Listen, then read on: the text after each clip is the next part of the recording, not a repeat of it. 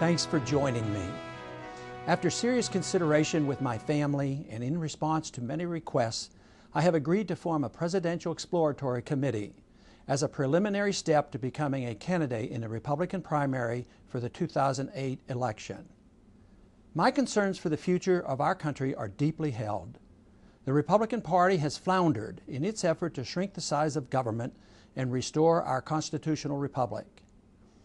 Instead, in recent years, our deficits have exploded, entitlements are out of control, and our personal liberties are threatened. We have embarked on a dangerous and expensive foreign policy acting as the world's policeman and nation builder. Very simply, we no longer can afford the extravagance of this ever-growing and intrusive government, both at home and abroad.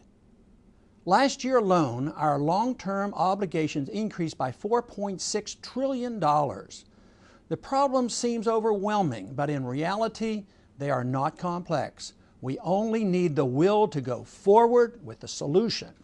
We have lost our way and strayed from the free society our founders secured for us in the Constitution. But there's no reason the principles that made us the greatest nation ever can't be restored. We merely need to respect and follow the rule of law, the U.S. Constitution, and elect leaders determined to stand firm in its defense. Liberty, once again, must become more important to us than the desire for security and material comfort. Personal safety and economic prosperity can only come as the consequence of liberty. They cannot be provided by an authoritarian government. To expect government to take care of us from cradle to grave undermines the principles of liberty.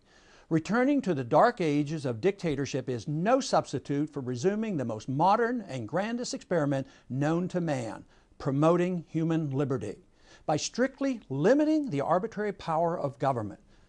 Political and economic conditions today are at a crucial crossroads. A financial crisis is looming, and our foreign policy of empire building cannot last. Both conditions threaten our prosperity, safety, and above all, our liberties. The foundation for a police state has been put in place, and it's urgent we mobilize resistance before it's too late. But today's problems need not lead to despair. Instead, we must become energized and use this time of turmoil to offer the American people the solution found in freedom in all that we do. We must reject the bureaucratic management of our lives and the economy. We stand on the threshold of a true revolution of ideas. As the welfare warfare state loses its steam, we now see how the seeds of the freedom movement over the past 40 years are starting to bear fruit. A nation under great stress is ripe for a change. A major change in direction is not a theoretical dream, but actually quite possible. Central planning is intellectually bankrupt, and it has bankrupted our country and undermined our moral principles. Respect for individual liberty and dignity is the only answer to government force that serves the politically and economically powerful. Our planners and rulers are not geniuses, but rather demagogues and would-be dictators, always performing their task with a cover of humanitarian rhetoric. The collapse of the Soviet system came swiftly and dramatically without a bloody conflict, surprising many. It came as no surprise, however, to the devotees of freedom who have understood for decades that socialism was doomed to fail. Communism, like all socialism, failed intellectually and failed practically. And so too will the welfare warfare state fail, and then our cause will be heard. The love of liberty will not die. Opportunity is now at our doorstep. We need now only to mobilize the army of true believers to present the case for the principles that built America and can make her great once again. The American experiment over the past 200+ years has provided us with the greatest amount of personal freedom and subsequent wealth known in all of history. Yet today, because of our careless attitude toward freedom and the responsibilities it requires, we face a crisis that everyone recognizes, but few understand. A free society is based on the key principle that the government, the president, the Congress, the courts, and the bureaucrats are incapable of knowing what is best for each and every one of us. They don't know how to run the economy, regulate our lives, or manage a world empire. A government as a referee is proper.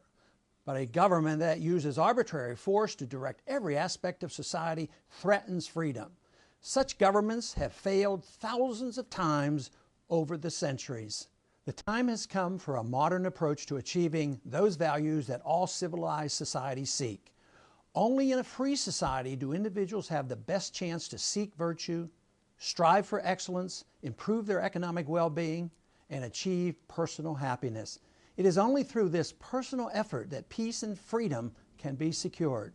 The worthy goals of civilization can only be achieved by freedom-loving individuals. When government uses force, liberty is sacrificed and the goals are lost. It is freedom that is the source of all creative energy. If I am to be your president, these are the goals I would seek. I reject the notion that we need a president to run our lives, plan the economy, or police the world. Our goal always should be the preservation of liberty. It is much more important to protect individual liberty and privacy than to make government even more secretive and powerful. These goals are worth fighting for. There is hope for America. Please support me in these efforts. Thanks for listening.